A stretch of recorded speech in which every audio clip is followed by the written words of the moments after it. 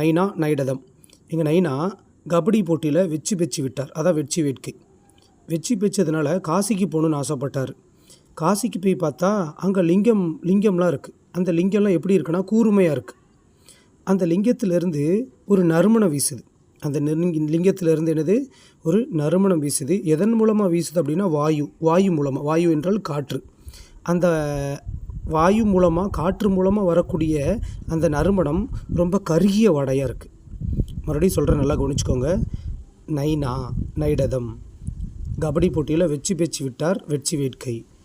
அப்போ அவர் எங்கே போகணுன்னு ஆசைப்படுறாருன்னா காசிக்கு. காசியில் போய் லிங்கத்தை பார்க்குறாரு. லிங்கம் கூர்மையாக இருக்குது. காசி காண்டம், லிங்க புராணம், கூர்ம புராணம். அங்கே லிங்கத்தில் மாலை போட்டிருக்காங்க. அந்த மாலையிலேருந்து நறுமணம் வீசுது, நறுந்தொகை. அதுக்கடுத்து அது எதன் மூலமாக நறுமணம் வருதுன்னா வாயு என்றால் காற்று மூலமாக வர்றதுனால வாயு சம்கிதை. அந்த